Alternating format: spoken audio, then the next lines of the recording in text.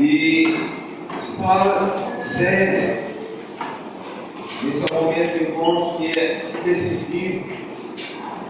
Como sempre dizer, já participo de encontros há alguns anos. O primeiro encontro que eu participei foi o meu encontro, quando eu fui como encontrista, e isso foi há 12 anos atrás. A primeira vez que eu fui no encontro eu tinha 10 anos.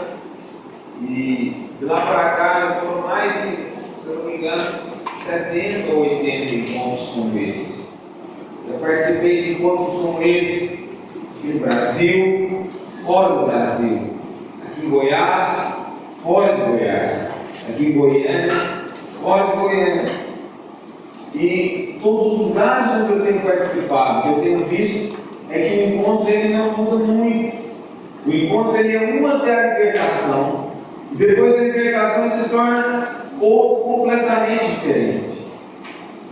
Graças a Deus, nesse encontro eu tenho sentido um ambiente liberado. Sente todas as luzes para mim, por favor. Alguém estiver mexendo comigo. Eu tenho percebido um ambiente liberado desde a sexta-feira. Quantos aqui desejam ter um encontro com Deus? Amém. E o que eu tenho visto é realmente um ambiente propício, liberado da unção de Deus. Tá bom?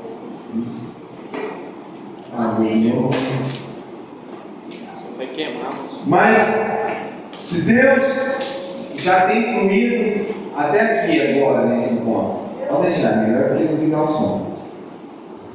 Quanto mais a partir de agora.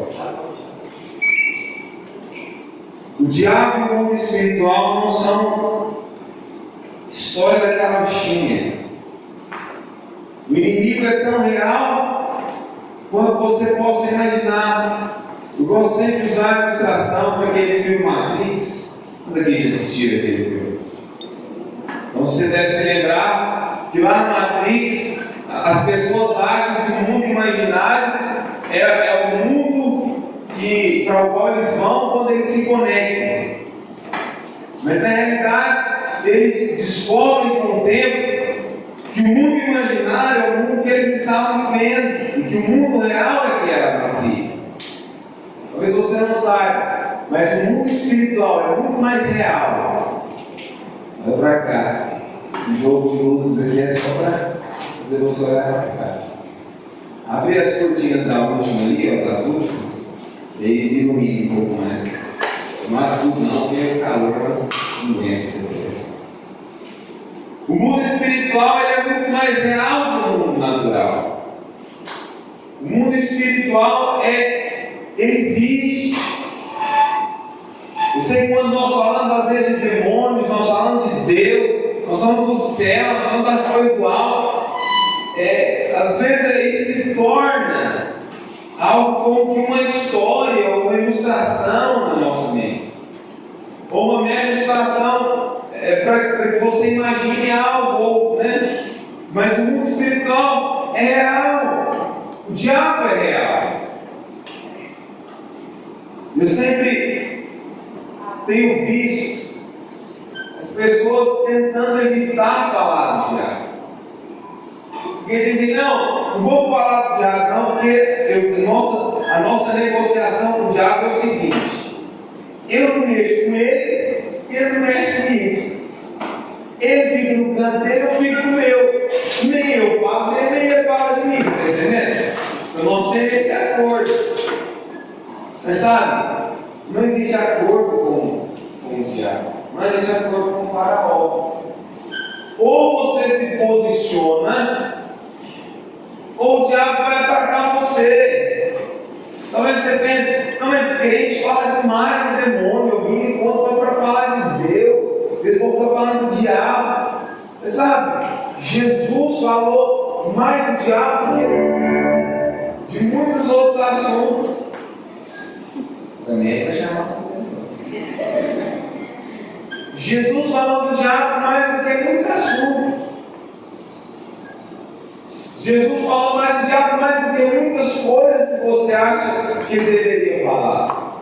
A libertação dos demônios, fazia parte do ministério de Jesus diariamente. Por várias vezes os apóstolos, evangelistas são os apóstolos que escreveram os evangelhos, as pessoas que são os evangelhos. Os evangelhos são as biografias de Jesus, são 4 que estão na Bíblia, narram a história de Jesus do nascimento até a sua morte e ressurreição e assunção ao céu do todo. Os apóstolos evangelistas, todos eles, quando falaram, e contaram a história de Jesus, mostram o ministério de Jesus repleto de situações como as que nós vamos ter aqui hoje à tarde. Libertação de demônios não foi algo que nós inventamos agora, está na Bíblia. Jesus fazia. Nós queremos orar por você hoje à tarde. Você vai ver o nome do diabo sendo envergonhado aqui nessa tarde. O nome do Senhor sendo exaltado. Porque a batalha contra o diabo é uma batalha que a gente já sabe o resultado final. Nós só estamos indo lá para buscar o cinturão dos pesos pesados.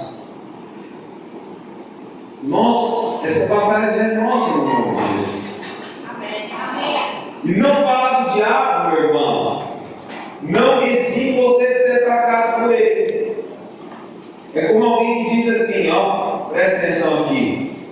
Alguém diz assim: eu te coloco num quarto, numa sala escura, onde você não consegue ver nada. Nem assim, nada, assim, nem um palmo do seu nariz você consegue ver nada, zero. E se encostar no seu olho, você consegue ver, mano. E aí eu falo para você: olha, aqui nessa sala escura tem 3 pessoas bem legais, com instrumentos bem legais nas suas mãos. A primeira delas é um serial killer que gosta de matar com instrumentos pesados. Leia-se machado. Um dia eu vi a foto de alguém que morreu com uma machadada na cabeça. Não é algo bonito. Então, e ele está com um machado na mão. E está aí nessa sala com você. Outro diz: tem um outro aí também, está aí dentro dessa sala com você, que ele está usando o instrumento de trabalho dele. Ele gosta de matar com bisturis. Ele se diverte um pouco mais antes de matar. E tem um outro também, disfarçado de morte, com uma foice na mão. Também gosta de matar. Bisturi é aquela faca parece faca que faz cirurgia. Se você acha que a faca lá da casa da sua mãe corta, você nunca tem um bisturi. Bisturi, se você soltar um fio de cabelo assim em cima dele, ele marca nele. Bisturi é usado para fazer cirurgias. Ele corta cortes fininhos assim. Tipo, quando a mulher vai ter um filho, tem que ir cortando as camadas. Uma cesárea. Aí tem que cortar as camadas. Ele corta camada por camada. Você desliza ele na pele, você corta. Imagina alguém matando alguém assim, sendo mais horrorosa. E aí eu solto você nessa sala e digo: olha, você não pode ver eles, mas eles podem te ver, beleza? Porque eles estão usando óculos para se ver também. E eles estão aí querendo ter comunhão com você. Aí o que você fala para mim? Você fala: gente, é o seguinte, vamos fingir que não tem nada. Vamos fingir que nada está acontecendo. Tudo isso é coisa da minha cabeça. Não vamos tocar nesse assunto, não tem ninguém aqui. Pensa positivo. Você sabe o que é isso que algumas pessoas fazem? E eles acham que fazendo assim, eles estão livres do diabo. Eu vou te falar, se pessoas assim são perigosas, muito mais do inimigo, muito mais Satanás. Agora, não vai nada, né? Não falar com o diabo não vai impedir de te atacar. Não aprender sobre o diabo, não vai impedir de te conhecer, de te atacar. Então nós vamos falar sobre o diabo para poder vencer. Sabe que em qualquer guerra, a primeira coisa que qualquer exército faz é procurar conhecer o seu oponente, para poder vencê-lo. Eu queria então te falar um pouco sobre o diabo, para que você possa conhecê-lo. A primeira coisa que eu quero falar é sobre a origem dos demônios. De onde os demônios vieram? Demônios são seres espirituais, criados antes da criação do mundo. Segundo Jó 38, 4 a 7. Todos os anjos foram criados perfeitos como foi Lúcifer, mas alguns caíram junto com Lúcifer na sua rebelião. Meu fala que quando Lúcifer foi lançado do céu para o inferno, com a sua cauda ele arrastou a terceira parte das estrelas do céu. Ou seja, um terço dos anjos provavelmente era coordenado, comandado por Lúcifer, que era um dos três principais anjos do céu, chamado de arcanjos. Existiam três: Lúcifer, Miguel e Gabriel. Lúcifer cuidava do louvor no céu, era o anjo mais cheio de glória. Depois de Deus, era a criatura mais fantástica. Muito. Lúcifer significa anjo de luz. Um bom nome você colocar no seu filho. Anjo de luz. Você sabe que a palavra Lúcifer não está na Bíblia. Nem capeta, nem tosco, nem capiroto, nada disso na Bíblia. Na Bíblia está demônio, o grego está demônio, Satanás, potestade, principado, ganhadores do mal, inimigo das nossas almas. Isso está na Bíblia, devorador, príncipe da potestade do ar, espíritos que atuam nos filhos da desobediência. Tudo isso são nomes dos demônios na Bíblia, mas não esses outros que eu falei aqui. Então, Lúcifer comandava um terço dos anjos do céu, cuidava do louvor de guerra, a questão bélica, né, da guerra dos céus, e Gabriel, o anjo mensageiro. Cada um deles um terço do céu. Quando Lúcifer caiu, um terço cada um. Então, alguns também chegam a dizer que demônios são seres espirituais, que alguns não eram anjos, mas seres criados por Deus, seres espirituais, que precisam de corpos para se manter, porque um dia tiveram corpos. Isso é hipótese. A criação dos demônios ela não é muito clara 100% na Bíblia. Mas eles são anjos. Mateus 25, 41, o Senhor diz: Satanás e seus anjos. Ou seja, Satanás governa anjos que são, na verdade, demônios. Alguns dizem que além desses anjos que caíram do céu, existem demônios que são espíritos malignos da criação passada, que foi destruída. Qual que é a criação passada que foi destruída, pastor? Foi a criação destruída com a queda de Lúcifer, da era dos dinossauros, entendeu? Alguns dizem que esses seres que habitavam na terra foram aprisionados, foram lançados no inferno, e como eles tinham corpos, eles hoje não procuram corpos para poder habitar. Por isso que quando você às vezes manifesta demônios, você se parece com formas animais. Esses espíritos eram espíritos animalescos nesse sentido. Agora, eu particularmente não creio muito nessa segunda hipótese aí não.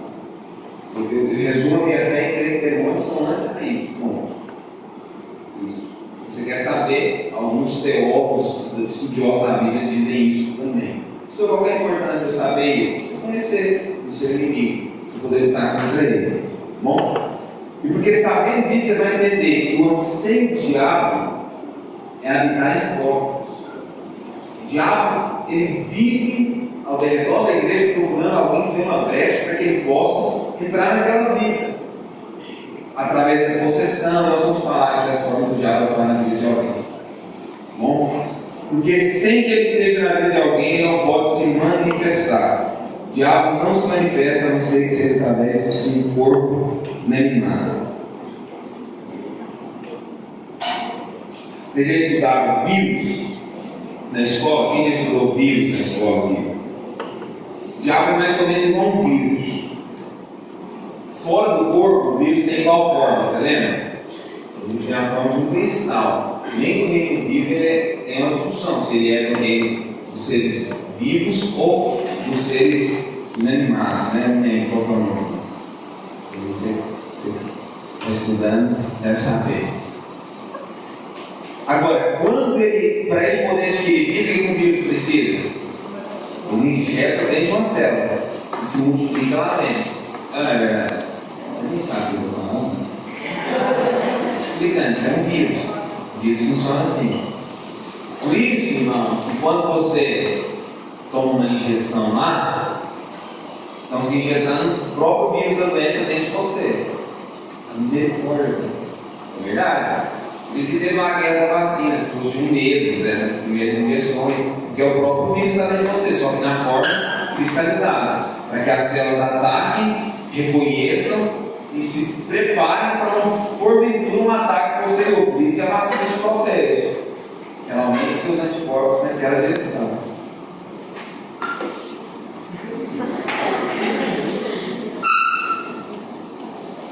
Chamada memória da célula. Também. Isso é só para você entender como os demônios se manifestam. Como um vírus, mais ou menos. A Bíblia até chega a citar demônios que vieram para a terra, se relacionaram com pessoas, tiveram filhos.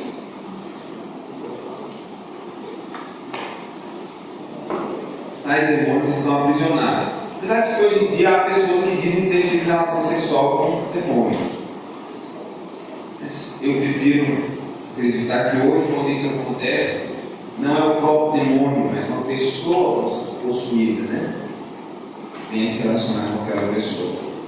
Segundo, como é que o diabo então entra na vida de uma pessoa? Primeiro que você precisa entender é que o diabo sempre vai precisar de uma porta de entrada para entrar na vida de alguém. E essa porta de entrada tem por nome brecha. Senta direito na sua cadeira, principalmente os de 12 para baixo, que já estão aí assim. Se você presta atenção, por quê? Se você não entender isso aqui, você não vai ser liberto. É o conhecer da verdade que liberta. Não é só uma oração, um sopro na sua cabeça. Não, é o conhecimento que traz a libertação, a revelação. Você precisa entender. Essa é uma palavra que a oração é tão importante quanto a palavra. A palavra também é mundo. Então, deixa eu ver uma brecha. Presta atenção aqui. O que são brechas? Brechas não são aberturas muito grandes, está me ouvindo? Vou te explicar o que é uma brecha. Eu construo um muro, uma parede desse tamanho aqui, para me proteger. Estou protegido? Estou. Vamos supor que eu construo um muro sem janelas e sem porta. Nada. Muito protegido. Por que a ilustração na Bíblia é de brechas? Porque era assim que as cidades eram fortificadas. Muros enormes. Então, para você ter uma noção, os muros de Jericó, sabe aqueles muros que caíram quando o povo gritou 7 vezes? Estou pensando que era curiosa a cara, né? Caiu o chão e não, meu irmão. Eram muros de 6 metros de altura, 6 metros de profundidade. A largura desses muros era da largura de uma BR. Dava para passar um carro de boi indo e um carro de boi voltando. Ou seja, era pista dupla. Em cima do muro. Já viu a muralha na China? Aquela lá é velha. E as fortificações imensas. Mas sabe o que acontecia? Uma cidade podia ter as maiores fortificações. Assim como eu posso ter aqui essa parede me protegendo. Mas se porventura, no canto dessa parede, eu tenho um buraco aberto, Concorda comigo que toda a minha proteção e alta muralha está comprometida por causa de um pequeno buraco? Sim ou não? Alguém pode entrar lá? Sabe qual é o nome desse buraco? Brecha. Por que eu estou falando isso? Porque o diabo não precisa ser convidado para entrar na sua vida.